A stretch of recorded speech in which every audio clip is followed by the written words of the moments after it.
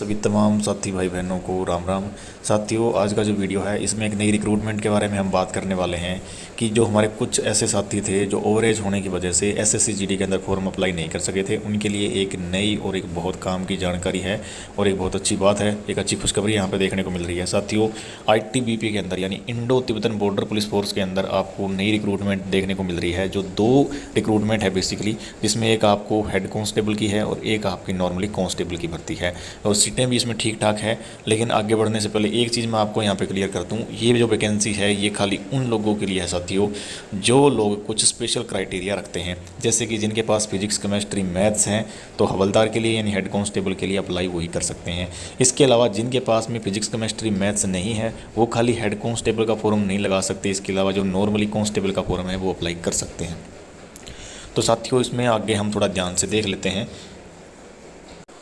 तो ये देख सकते हैं आप, ये जो रिक्रूटमेंट है ये 1 नवंबर यानी 1 नवंबर 2022 से शुरू हो चुकी है और एप्लीकेशन को फिल करने की जो क्लोज डेट है वो 30 नवंबर 2022 है। और इसमें जो है हेड कांस्टेबल के टोटल 126 पद आपको यहाँ पे देखने को मिल रहे हैं और इसके अलावा जो कांस्टेबल है उसके आपको 167 यहाँ पे पद देखने को मिल रहे हैं।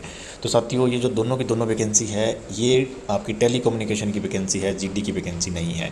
और साथियों, जीडी की वैकेंसी जो होती है यानी जीडी की जो पोस्ट है वो सबसे ज़्यादा चैलेंजेबल होती है, सबसे ज़्यादा हार्ड भी आप कह सकते हैं, क्योंकि जीडी जो होता है उसका मतलब होता है जनरल ड्यूटी, यानी उसको हार्ड से हार्ड कोई भी ड्यूटी उसकी लगाई जा सकती है, आप किसी ड्यूटी के लिए मना नहीं कर सकते।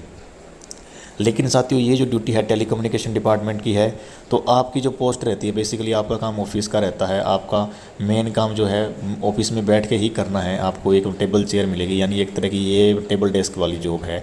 इसमें आपको कहीं फील्ड में इधर उधर घूमना नहीं है, भटकना नहीं है। बहुत रेयर होता है कि जब जैसे कहीं इलेक्शन ड्यूटी चले गए तो उसके आप इलेक्शन ड्यूटी में एक जैसे हमारा आदमी है बेसिकली एक या दो बंदे रहते हैं। अगर पूरा डिप्लॉयमेंट हो रहा है एक जैसे कंपनी कहीं जा रही है तो उसके साथ में मैक्सिमम क्या है कि 2 बंदे जाते हैं टेलीकम्युनिकेशन वाले।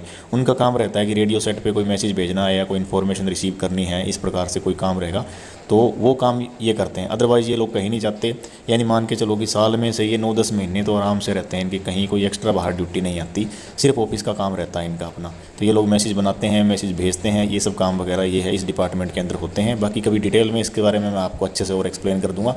अभी शॉर्ट में इतना बता देता हूँ कि इसके अंदर क्या क्या चीज़ें मांगी गई है। तो साथियों, आप देख सकते हैं सीटें काफ़ी अच्छी है। यहाँ पे ओबीसी की जो सीट है 44 है मेल कैंडिडेट्स के लिए हवलदार की यानी कि हेड कांस्टेबल पोस्ट की, और इसके अलावा फीमेल की जो 8 सीटें हैं, खाली ओबीसी कैटेगरी बता रहा हूँ। यूआर की 34 है, फीमेल की 6। टोटल पोस्ट आप देख सकते हैं 107 है और 19 पोस्ट टोटल महिलाओं की है हेड कांस्टेबल पोस्ट के लिए।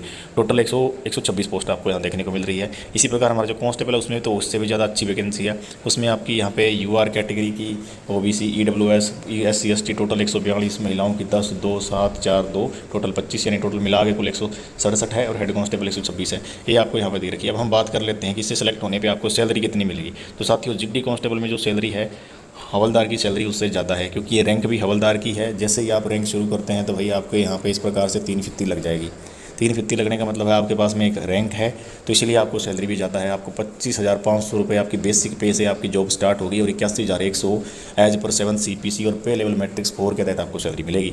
इसके अलावा जो हेड कांस्टेबल है, सॉरी माफ़ कीजिएगा, हमारा जो सिपाही है कांस्टेबल टेलीकम्युनिकेशन है उसकी 21,700 से 69,100 है और ये पे मैट्रिक्स लेवल आपका 3 के अनुसार है, यानी सेम वही है जो एसएससी जीडी के थ्रू आपने रिक्रूटमेंट देखी है उसमें भी सेम सैलरी होती है। तो सैलरी को लेके कोई इशू नहीं है। स्टार्टिंग से ही आपकी पहली सैलरी लगभग 35-40 हज़ार रुपये से स्टार्ट होगी, कुल मिला के DA TA HRA सब मिला करके। और जो हवलदार की है उसकी जो पहली सैलरी है वो आपकी 40+ रहेगी जब आप रिक्रूटमेंट के टाइम में जाएंगे, तो काफ़ी अच्छी खासी सैलरी आपको मिलने वाली है। सैलरी को लेकर कोई इशू नहीं है। अब देख लेते हैं कि इसके अंदर और क्या क्या चीज़ें आपसे मांगी गई, क्वालिफिकेशन की बात कर लेते हैं। तो साथियों, अगर आप हेड कांस्टेबल का फॉर्म अप्लाई करते हो तो आपकी जो एज है 18 से 25 साल होनी चाहिए यूआर कैटेगरी के लिए। बाकी ओबीसी SC ST को रिलैक्सेशन मिलता है, ओबीसी को 3 साल का, SC ST को 5 साल का। तो ओबीसी के लिए 28 साल है, SC ST के लिए 30 साल है। ठीक है साथियों, तो एज को लेकर भी कोई चक्कर नहीं है। तो बहुत सारी साथी भाई जो अपने एसएससी जीडी का एग्जाम अप्लाई नहीं कर पाए ओवर एज होने के कारण, वो ये फॉर्म जरूर भरते हैं अगर उनके पास में फिजिक्स केमिस्ट्री मैथ्स हैं तो। क्योंकि इसमें देखो 10+2 मांगा गया है, वो फिजिक्स केमिस्ट्री मैथमेटिक्स के साथ में, जिसमें एग्रीगेट यानी तीनों सब्जेक्टों को मिला करके आपके 45% मार्क्स मिनिमम होने चाहिए। ठीक है साथियों, अगर आपके पास में ये नहीं है तो आपके पास एक ऑप्शन और दिए गए हैं नीचे 2 चिन्ह। इसमें है कि आपके पास में 10 क्लास होनी चाहिए उसके साथ में एक रिकॉग्नाइज्ड बोर्ड के साथ साथ आपके पास में एक इंडस्ट्रियल जो इंस्टीट्यूट होता है, ट्रेनिंग इंस्टीट्यूट, वहाँ का कोई सर्टिफिकेट होना चाहिए इलेक्ट्रॉनिक्स में या इलेक्ट्रिकल में, या फिर आपका जो CS रहता है, कंप्यूटर साइंस रहता है, उसके अंदर होना चाहिए।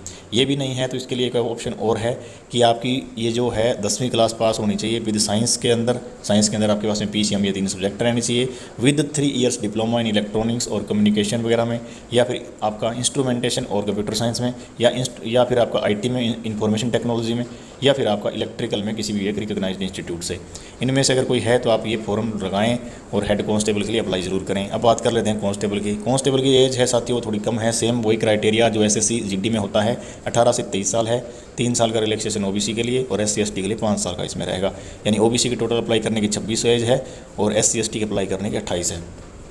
इसमें साथियों आपसे 2 बातें यहाँ पे लिखी गई है, समझने वाली है। एसेंशियल और नीचे एक चीज़ ऊपर लिखा गया एसेंशियल, नीचे लिखा गया ये डिज़ायरेबल। एसेंशियल में आपसे मांगा गया यानी ये तो एटलीस्ट होना ही चाहिए, यानी 10वीं क्लास पास होनी चाहिए, आपके पास में 10th क्लास होनी चाहिए।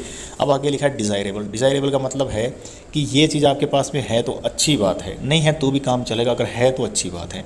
ठीक है साथियों, यानी 10वीं होनी चाहिए, मेन यही मांगा गया है। इसके अलावा आपके पास में अगर ये डिज़ायरेबल में जैसे लिखा है डिप्लोमा और certificate course from industrial training institute और एनी अदर रिकॉग्नाइज्ड इंस्टीट्यूशन, अगर ये है तो अच्छी बात है, कोई डिप्लोमा सर्टिफिकेट अलग से है तो वो अच्छी बात है, नहीं है तो भी आप ये फॉर्म भर सकते हो।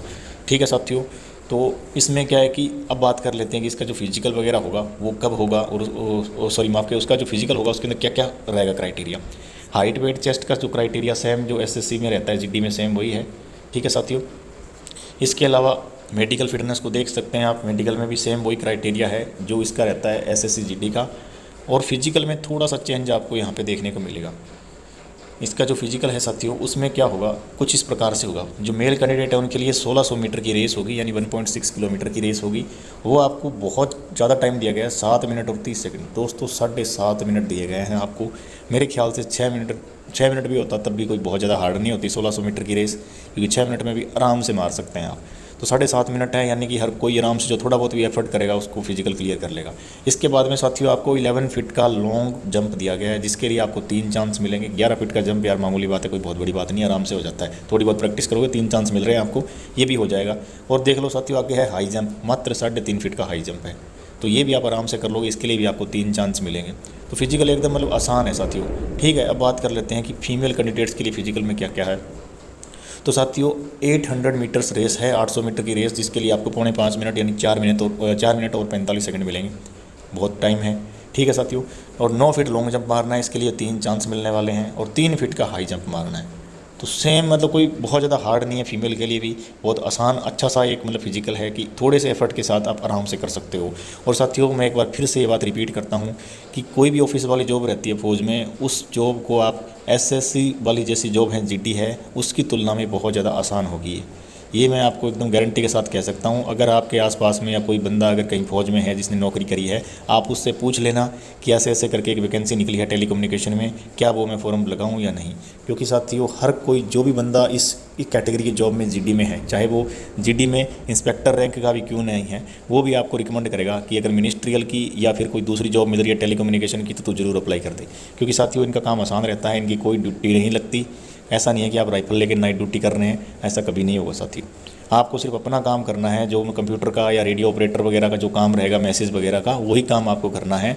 इसके अलावा आपसे कोई एक्स्ट्रा ड्यूटी वगैरह नहीं करवाई जाती है। बहुत रेयर केस हो गया जैसे स्ट्रेंथ कम पड़ गई, बहुत कम आदमी है, वो एक कभी साल में 2-4 बार लग गई, वो मैं कह नहीं सकता, लेकिन मेन आपका 99.9% आपकी जॉब आरामदायक जॉब रहेगी साथियों। इसमें कोई ज़्यादा फिजिकली आपको परेशान होने की ज़रूरत नहीं है। ये जैसे नोटिफिकेशन मैंने देखा तो मुझे लगा कि ये बात शेयर करनी चाहिए उन भाइयों के लिए भी जिन भाइयों का SSC जो अपना GD 2022 निकला है, जो अप्लाई नहीं कर पा रहे हैं ओवर एज होने के कारण, तो उनके लिए भी एक अच्छी चीज़ थी, इसलिए मैंने एक छोटा सा वीडियो बनाया है। साथियों वीडियो अगर आपको अच्छा लगा हो, जानकारी पसंद आई हो, तो ज़्यादा से ज़्यादा लोगों तक शेयर करें, वीडियो को लाइक करें, हमारे चैनल को सब्सक्राइब करें। वीडियो देखने के लिए आपका बहुत बहुत धन्यवाद भाइयों। जय हिंद, जय भारत।